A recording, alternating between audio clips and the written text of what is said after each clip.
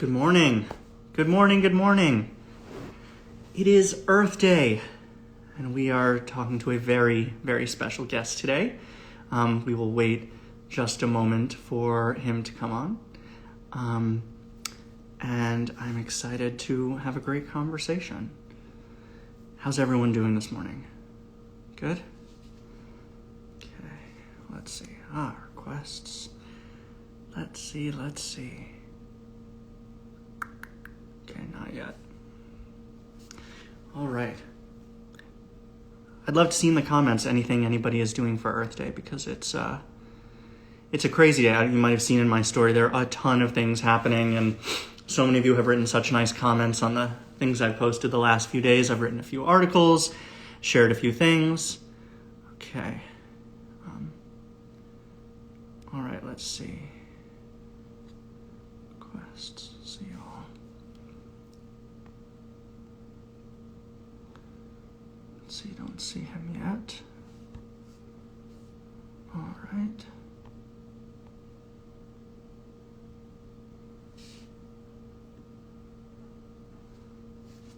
Let me make sure he's requesting.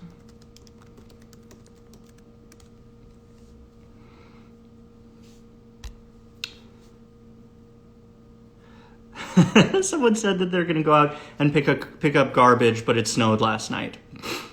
Okay. Someone said sadly they have school. There's so much you can do, even if you do have school. There's so much you can do for Earth Day. We're going to talk about some things today. Let's see the requests. Okay. Here we go.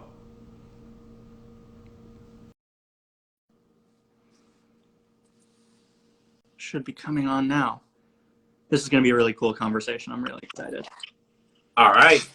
Good morning. Good morning. How you doing? I'm doing really well. Lovely to meet you. Yeah, it's really good to meet you too. Happy Earth Day. Happy Earth Day. Happy Earth Day. How are you feeling today? Are you energized, excited? Energized. I already got out, ran my 10 miles, took in some fresh air, saw some turkey vultures. Excellent. Well, I'm so excited to be chatting with you today because, I mean, on the musician side of things, we've been to Wisconsin so many times. We played Milwaukee and Madison and Green Bay and Oshkosh and Fond du Lac and a bunch of other places. So we've been all over the state. But I'm excited to talk about the sustainability stuff today. But I think I want to ask a question first. What does it mean to be a lieutenant governor? Just so we can all kind of contextualize where you're coming from. That is the never-ending question. I get that from every person everywhere, even my parents. Actually, the role of lieutenant governor varies state to state. Here in Wisconsin, it sort of just depends on your relationship with the governor. So I do have a really good relationship with our governor. So I have an opportunity to sort of take on which special projects I'm interested in. But every lieutenant governor serves as essentially the second in command, so a vice president to a president. Some states have more authority in their office of lieutenant governor than others. Ours is a mixed bag. You can have very few responsibilities if you don't get along with the governor, or you can just get completely overworked if you have a good relationship with the governor like me. So the governor asked me what did I want to work on. Typically, governors will just deliver by edict and say you're taking on this task. But fortunately, Tony Evers said, what are you interested in? I told him I wanted to work on sustainability issues because our state was lagging. And so I've been able to chair our climate change task force, and I've been able to help move this state in a much more sustainable direction. I'm really excited about that work. That's amazing. And I'm a huge sustainability advocate. I mean, I'm finishing up my PhD on sustainable development and human rights. I do a lot of work with the UN, and Climate Power is such an amazing organization that has had amazing efforts to help push the Biden administration and other politicians around the country to do a fantastic job around policy. And today, such great announcements. It's really amazing. It's incredibly amazing. And Yeah. like, I just want people to know that there's real power in organizing, right? Like, some of this stuff probably wouldn't have been reality if people weren't pushing for it, if there weren't groups like Climate Power who were out there holding the fort down. Because too many times people get a little bit, scared, and they'll say, oh, well, I don't know what this person's going to say about this. I don't know what this person's going to say about that. But, groups like Climate Power show that there is a groundswell of support for us to move an ambitious climate change agenda, because there is literally no alternative. Absolutely. And I mean, we go through this on the music side of things. We have fans all across the country, and we kind of think about, oh, is it okay to have, speak out on certain issues? And are we going to lose fans? Are we going to gain other fans? But we came to the realization years ago that if we firmly believe in something, then it's our responsibility to stand up for it and to help be a voice to help get people engaged and organized. So it's not just those of us who have large followings on social media. I like to talk about micro influencers, because there are people who have the ears of their family, and families are much more willing to listen to other members of the family than the Justin Biebers of the world. The Justin Bieber's voices are much lower in their minds. So if we can convince people to go back into their communities and make the change, that's where the real impact is going to come. So it's not just big voices, it's all of the small voices creating this groundswell. And that's what's happened over the last bunch of months. Exactly. It is those trusted messengers, right? Like, my dad can watch TV all day. I shouldn't use my dad as an example, because I probably get my politics from him, actually. Huh. But well, just anybody, your random uncle or aunt, like they're not gonna pay attention to what the influencers are saying, the people with a few million followers on Twitter. But if you talk to them, you had that conversation, especially in just a casual way, right? People don't underestimate how far a casual conversation can go, because I've had them on a number of issues, and I've been able to at least get people to understand where we're coming from. Yeah, absolutely. I really want to talk about clean jobs, because that's such an important piece. But just to give a little bit of context, so Biden this morning announced the US's nationally determined contributions, which is a piece of the Paris Climate Accord that each country needs to say, okay, we are going to step up and we are going to do X by 2030. And the date that Biden gave, 2030, and is incredible, because in my imagination, I thought he was going to say 2040, 2050, but 2030 is really ambitious, and I'm excited that he said that. And specifically, he wants to cut emissions from the 2005 level by 50 to 52% by 2030. And that gives us less than a decade, but it's really ambitious. But he outlined an amazing plan that has to do with agriculture and jobs and infrastructure and energy. And the first thing I wanted to talk about with you, because I know it's such a big part of your platform, what does it mean for a job to be clean? What is a clean job? That is a great question. I'm glad you mentioned that. What it means for a clean job, or even a green job, right? There's so many different ways you can have green jobs. Now, when my dad worked in the factory in, starting out in the 70s, right, it wouldn't be considered clean or green. But the fact is, he assembled catalytic converters, which were, parts that were mandated to put on cars because of reduced emission standards, right? So technically, that is a job that was created because of regulation to create a greener earth, a cleaner, greener earth, cleaner planet. And so there are so many jobs that you can look at, whether it is even organic farming, right? Or you can look at solar project installers, wind installers, right? And even the manufacturing, because there are thousands of components, like 6,000 components in one windmill. Somebody's got to build those parts. And so there is the direct green job, the direct clean job, where you are actually just doing that green work. But there's also the ancillary work that goes along with that, the work that has to happen to make it possible. And what we want to do is, especially here in a state like Wisconsin, where we don't have coal, we don't have oil, we got sun, we got wind. It's hard to convince people that we have sun here, but it does exist. And we want to work to make sure that we are transitioning the few people, and when I say few, I mean relatively few people who are employed in fossil fuel industries, to be able to have a direct path to those sort of jobs. Conservation Corps programs, right? I think that we have incredible green space. I was just at the Menominee Nation, one of our 11 federally recognized tribes here in the state. I had a chance to tour their forests, and the conservation efforts that they have are amazing. They're incredible, and they've been doing this work for so long, and it feels like the rest of the state, the rest of the country is playing catch up. Yeah. I'm glad that you brought up indigenous communities because this is something that I spend a lot of time on because my research is specifically focused on climate justice related to indigenous communities.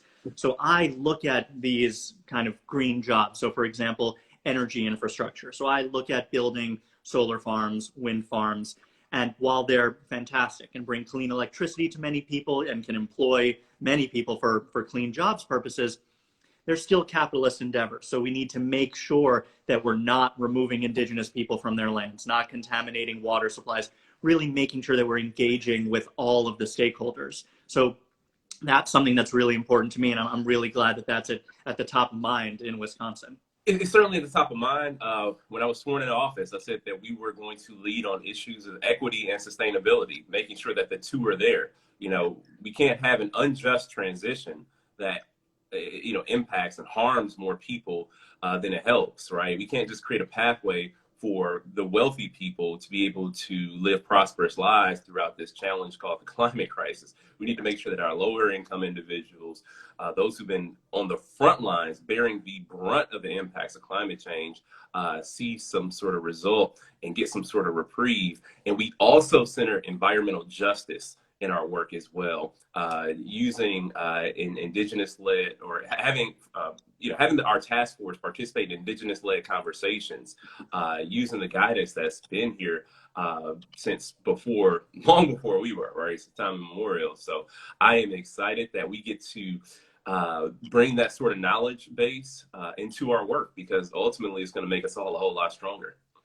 That's incredible. I want to hear a couple of the exciting projects that you're working on in Wisconsin specifically, because we just announced a tour. We will be there in 2022, and I know it sounds like it's really far away, but we'll be there in 2022. And I'm sure that we're going to see some big changes between now and 2022. So let's hear about some of the plans you have. Yeah, hoping for the biggest changes. So I'll say, first of all, first year in office, Governor created the task force on climate change. I got to serve as the chair of that task force, and we brought together an amazing group of people, a diverse, even bipartisan coalition. We had small business owners, large businesses represented. We had our farming community represented. We even had utility companies because, we still got to have somebody deliver the bulk of the electricity to people regardless. I mean, we can't just go to 100% solar. Everybody's not going to have a solar array on their own home or farm overnight. So given the realities, we want to make sure that the people who are delivering that energy are part of the conversation, and also wanted to make sure that they were in a spot to listen to the grievances that people had as well. We had our environmental groups represented on the task force. We had our youth climate action members represented on this task force as well. And we wanted to put people in the room so they could have that direct conversation with one another. If we're talking about higher rates, we're talking about, why is this power plant still using fossil fuels? We wanted them to hear that directly and have to answer to that. I mean, that's what accountability is about. And so just last year in December, we released our our task force report. And the report outlined 55 recommendations that span 9 different sectors: food systems, the economy, the environment, obviously, and so many other areas, agriculture. And there was a list of recommendations. Some items went into the state budget. Some will be considered for executive action. Others will be considered for legislative action, and some will be implemented through agency rules. And we're talking about updating building codes. We're promoting programs to pay farmers to capture carbon in the soil so that we can create additional revenue streams for our farming community as kind of struggling right now, especially our family farms. You had the high price of milk, you had the tariffs that have devastated communities, and then you have climate change, which is impacting our farming communities with these historic weather events, these flooding events that unfortunately delay crops and have an impact on entire rural economies. Then our Green Jobs program, right? That's going to be, we're going to pilot it in Milwaukee with hopes to expand it across the state. And then climate education as well, making sure that our students are learning about climate change, making sure that it's being taught objectively in the classroom. And then, I mean, it's just programs. Oh, also programs for lower income households to get solar, which is incredibly important because that's the equity piece. We don't want people to be priced out of being able to live more sustainable lives. And so, on-bill financing is a program that will help people pay for solar projects right as they pay their utility bills. It'll just be a smaller charge, and then eventually you pay it off and you own it. That's amazing. My favorite thing about what you just talked about is that all of these programs are intersecting. And when people think of climate, historically in schools, climate has been taught as this one area of science. But in actuality, we need to take all of these different parts of our society and integrate them so we can address the climate crisis. And it's climate justice, it's infrastructure, it's agriculture, it's transportation, it is science. But the fact that your policies and what you're working on are addressing these as systems as opposed to trying to address the symptoms of it is amazing. And one of the things that I tend to talk about a lot is this idea of mitigation versus resilience. And they are both incredibly important. So for the people who are listening, mitigation is essentially cutting down the amount of greenhouse gases we're pumping out into the atmosphere now. But resilience is building up our systems to protect against the effects of climate change that are inevitable, that are already going to happen because we put so many greenhouse gases into the atmosphere. And that's one of the things that I love too about Joe Biden's announcement this morning, is that he really balanced this idea of mitigation with resilience, building infrastructure and fixing the infrastructure that's already in place to prevent destruction of hurricanes and flooding and forest fires and things like that, that are ultimately effects of climate change. So these systems are integrated. We're focused on putting less greenhouse gas into the atmosphere. We're focusing on protecting communities that need the most protecting, elevating communities and allowing them to participate in this climate movement when traditionally they haven't been able to. And I love that kind of Wisconsin is the microcosm for what the entire country should be doing. And you're really setting an amazing example. Yeah, I appreciate you talking about the mitigation piece because, I mean, there is the potential for us to run into an economic catastrophe because we have a lot of shoreline property on the East Coast, West Coast, and even in the Midwest, right? You got to think about the Great Lakes states, right? There is a lot of waterfront property, and that property is valued.